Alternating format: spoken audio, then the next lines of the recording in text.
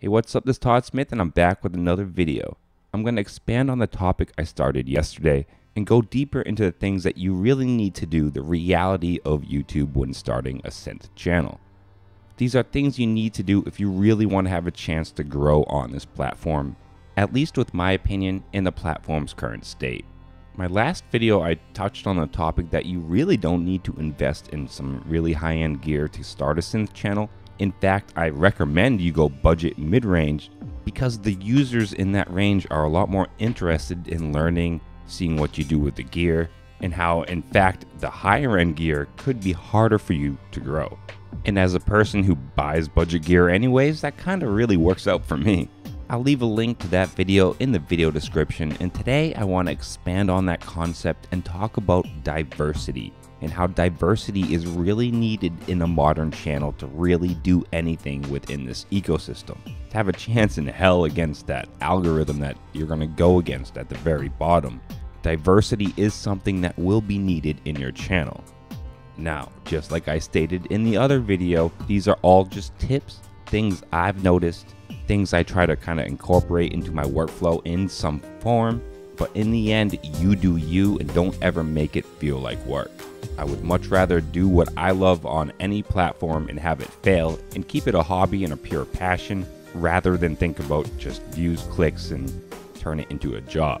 I'm just talking about realities that I see within the space over my 5-year experience within YouTube. Everyone knows quality is the highest star. I mean, you want a quality video. The better quality, the better chance you're going to do pretty well on YouTube. But the real key behind quality is diversity. Without diversity in your content, you're really fighting against the tide. When I started 5 years ago, that really wasn't the case. You could just set up a camera, turn on your gear, make some jams, and actually get a lot of momentum just off releasing music into YouTube. That's just not the case anymore. You really can't do that. Again, I'm not going to say it's impossible. There is a person out there who might be able to make that work, but it's going to be very hard to do that from sub-zero at this point, in my opinion. This is why I do various styles of content at this point. I have my news side of my channel, I have my live jam side of the channel, I have the reviews, I have tutorials, and then I kind of have my little opinion videos. I think those videos give my channel enough diversity and content at this point and still kind of get numbers and traction in this system. I'm by no means a big dog, but I'm doing decent. Now the big dogs take the step even further. They give you diversity in one long, high edited video. And that is by far the top thing to do on this platform. With a big synth video with high end cuts, you're getting access to gear, human connection, a unique personality at times. You get sound demos and sound demonstrations. You get knowledge passed on to you from the person behind the camera. And with those high edit videos, you get a form of visual stimulation that keeps you in the mix. When you just turn on the camera and do a live jam, and you're really just supplying one thing, sound and music, you're missing the human connection, unique personality, the knowledge passing down, really much visual stimulation. And even as a person who does live jams today, I still do them knowing they're not going to get the best views because I just love to do them. You can see I added some visual stimulation to my live jams just to add another layer, another spectrum to something there.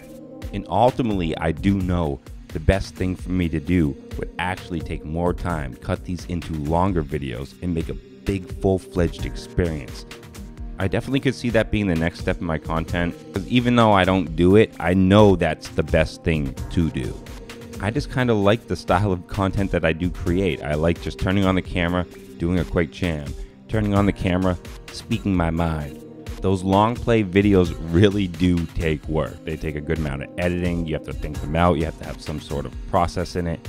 I've done them and I can do them. The hard part is not making it seem like work, just like I've been talking from the very beginning of this whole entire situation. And that's the reason why I'm doing what I do right now. And I'm getting there, guys. I've had no video experience before starting this channel, so I'm learning from scratch in that end and finding my own workflow in that field. This is another topic I really hope helps some people. And as always, stay positive, stay creative, support each other, and peace.